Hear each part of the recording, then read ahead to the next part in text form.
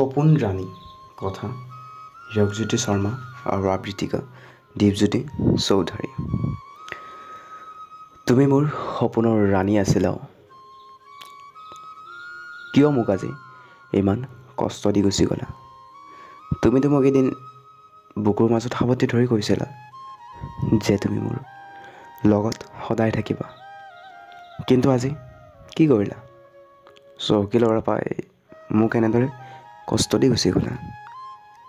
প্ৰেম এনেকুৱাই নেকি? সঁচা ভাল পোৱা কি এনেকুৱাই? তুমি মোক কিয় এনেদৰে এৰি গুচি গ'লা? মই আজিও বুজি নাপালোঁ। যদি তুমি মোক ভালেই পোৱা নাছিলা, তেতিয়াহ'লে মোৰ লগত ভাল পোৱাৰ অভিনয় কৰিব নালাগিছিল। মোৰ বুকুত কিয় আঘাত দিলা, মোৰ সপোন ৰাণী? আজি হয়তো বহু দুখত আছা তুমি তাৰ লগত।